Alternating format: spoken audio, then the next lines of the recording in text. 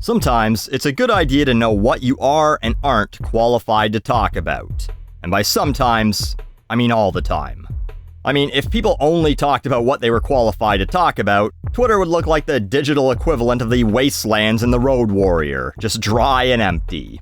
So, I'll be the first to tell you that I have no clue what caused the Russia-Ukraine thing to boil over, who's responsible, what the US or Canada should or shouldn't do about it, and who would have handled it better.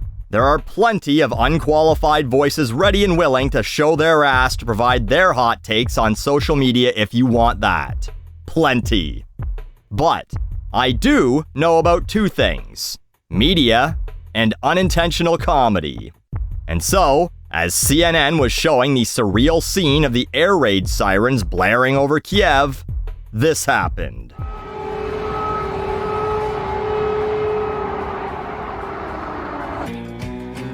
And a little bit of chicken fried, cold beer on a Friday night, a pair of jeans that fit just right, and the radio. Get 5 boneless wings for $1 with any handcrafted burger, only at Applebee's. I had to make sure this wasn't a prank, like maybe someone on Twitter made this as a sort of satire on modern America, where we can't go more than 2 minutes without showing someone an ad for something to consume, even in our darkest moments of humanity. But no, this was 100% legitimate. An Applebee's ad featuring Zac Brown Band's Chicken Fried and a close-up of a man wiggling his ass while CNN keeps footage of Kiev in the corner just in case so we don't miss the potential footage of bombs hitting civilians. And it wasn't just CNN. MSNBC apparently did the exact same thing, with the exact same commercial in the exact same situation. And directly after the Applebee's commercial, CNN also ran an ad for Sandals Resorts, featuring the Bob Marley song 3 Little Birds, which contains the lyrics, "Don't worry about a thing, 'cause every little thing gonna be alright." You know what? I take back what I said at the start. Now I know exactly what the Ukrainians should have done. Booked trips to a fucking resort. Then, every little thing would have been alright. Now, the picture-in-picture shit is tacky as hell, and these specific ads don't help make it any classier, as if it could be, but this has been happening for years, decades, and no one cared about it then because, I guess, it wasn't directly sharing screen space. Like, I guarantee you that while they were reporting on Columbine, at some point after listing all the people who were dead and showing that security footage of Eric and Dylan stalking the halls for the 300th time, Wolf Blitzer or someone said, "We'll be right back with more news on this tragedy as it continues to develop." And then we cut to George Foreman selling fucking car parts for Meineke. Is that really any less tacky?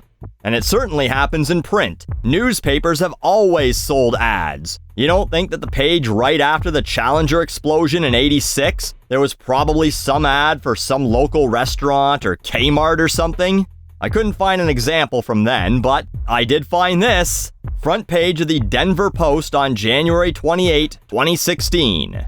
Tragedy 73 seconds in. Legacy 30 years since. Challenger disaster still strikes solemn chord. Right at the bottom of the page, here's a coupon for Mr. Rooter Plumbing. $50 off any drain cleaning. Clean your wife's snatch hair out of your clogged up drain with Mr. Rooter, proud sponsor of 7 dead astronauts from the 80s. This is just an unfortunate inevitability of news. Advertising is always going to be part of it. Unless you want to pay more for news, which, well, people didn't want to spend $1 a newspaper once you could read it for free online. Or unless you want tax-funded news, which the American people don't trust mainstream cable news. You think they'll trust the news paid for by the government? I mean, they don't. Plenty of people here in Canada want to see the CBC gone and believe it's Trudeau's propaganda center. It's paid for by our taxes. I'm betting that England has the same problem with the BBC. Anyway, Applebee's apologized and pulled all their advertising from CNN for the time being, and CNN said that, at least during the coverage of the war in Ukraine, they will stop using what they call squeeze-back ads, these picture-in-picture promos. But no one's really sorry. Why would they be sorry? This is the goal, to someday infuse information and commercials so seamlessly you don't even know if you're being entertained, educated, or advertised to. In fact, I believe it was Albert Einstein who is quoted as saying, "I do not know with what weapons World War III will be fought, but World War IV will be brought to you by Denny's. Whether it's nuclear fallout, chemical warfare, or some unimagined terror yet to be conceived, America's Diner is always open."